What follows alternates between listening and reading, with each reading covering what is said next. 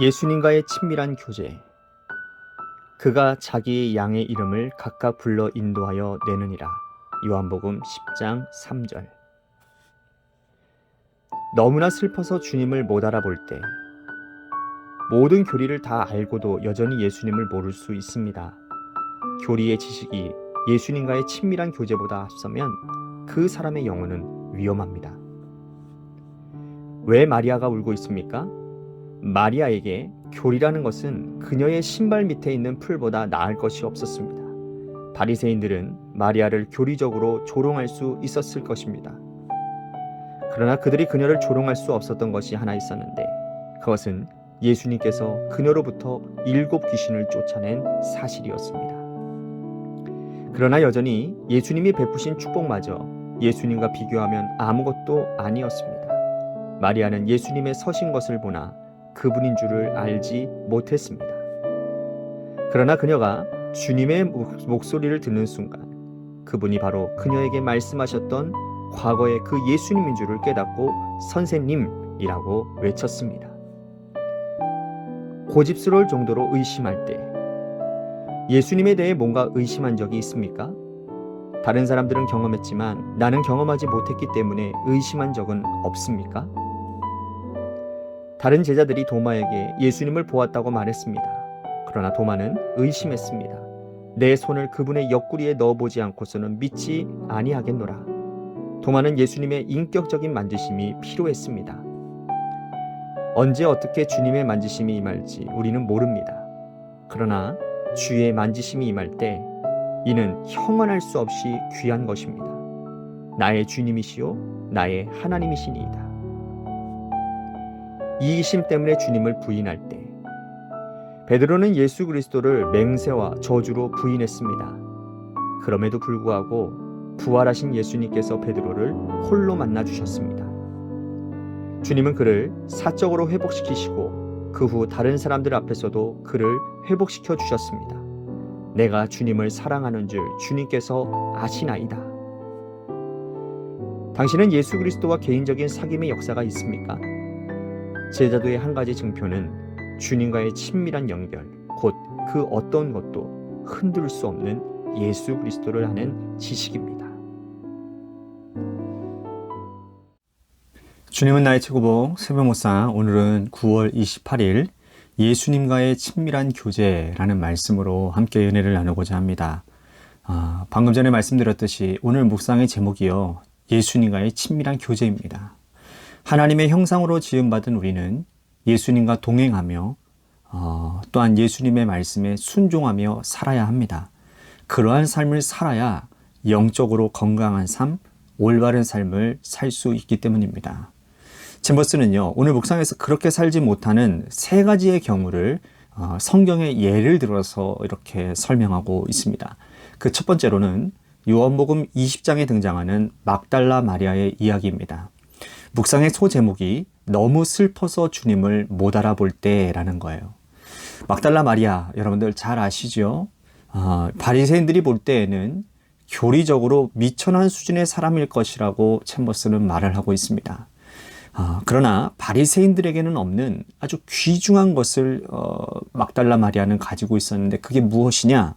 바로 체험이었다라는 겁니다. 체험.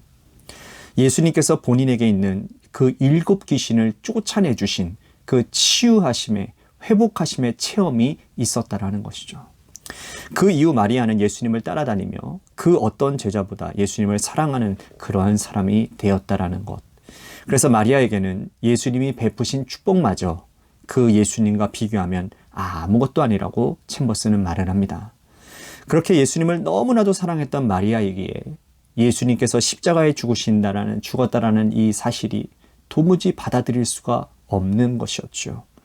너무나도 큰 슬픔에 빠져 있었습니다. 그래서 그 슬픔으로 인해서 예수님이 부활하신 후에 막달라 마리아 앞에서 나타나셨는데도 불구하고 알아보지 못했다라는 거죠. 그런 마리아가 예수님을 알아볼 수 있었던 것은 예수님의 음성을 들었기 때문입니다. 마리아야 하고 부르실 때 주님을 알아보게 되었다라는 거예요. 우리의 삶의 때로 감당할 수 없을 만큼 힘든 시간이 찾아옵니다. 슬픔 가운데 어찌할 바를 몰라 헤매이기도 하지요. 주님과의 교제는 고사하고 주님의 존재 자체도 우리들이 의심을 품게 할 때가 있습니다.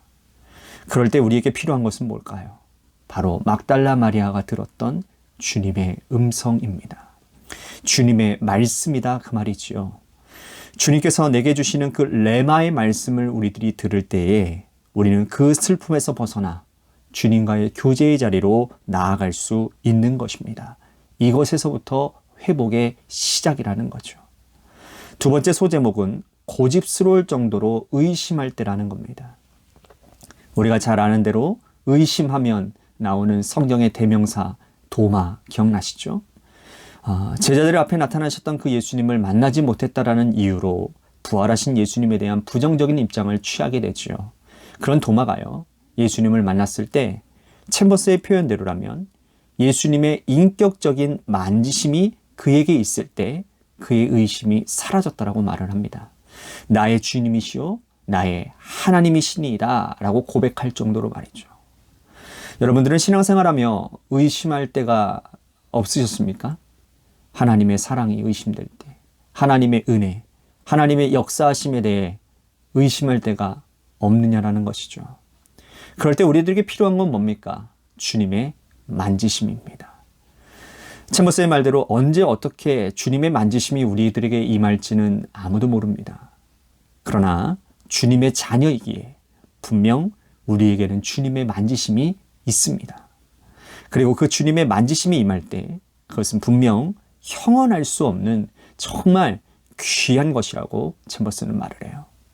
그렇지요. 주님의 만지심이면 모든 것들이 다 해결됩니다.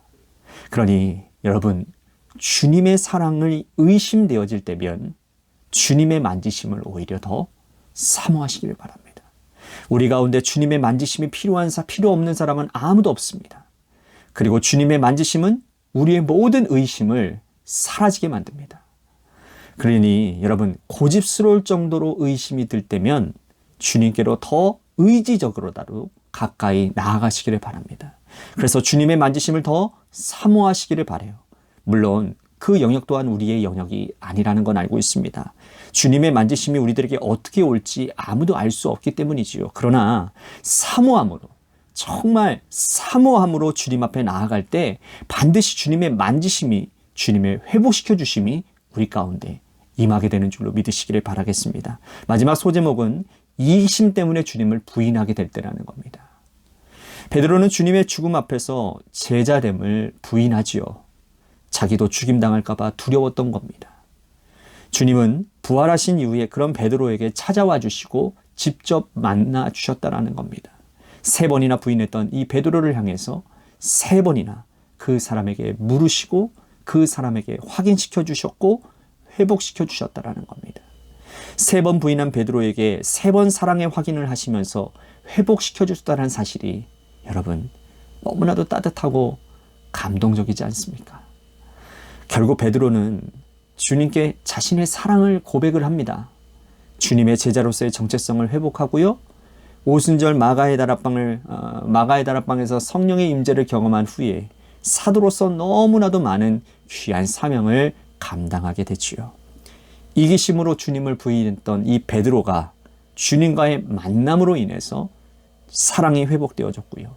결국 사명자로 다시 설 수 있게 된 것입니다. 챔버스는요, 묵상 마지막에서 이런 질문을 던지고 있습니다. 당신은 예수 그리스도와 개인적인 사귐이 있냐고요. 그러면서 제자도의 한 가지 증표는 예수님과의 친밀한 연결, 곧 그 어떤 것도 그 관계 가운데 흔들 수 없는 예수 그리스도를 아는 지식이라고 말입니다.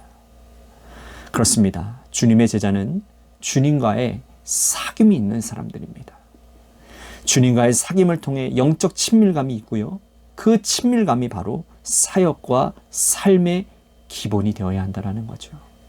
바라기는 여러분들의 매일의 삶 가운데 주님과의 깊은 사귐과 교제가 있게 되기를 바라겠습니다.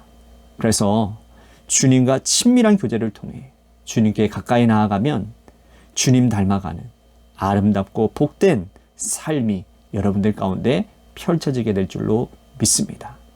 아멘.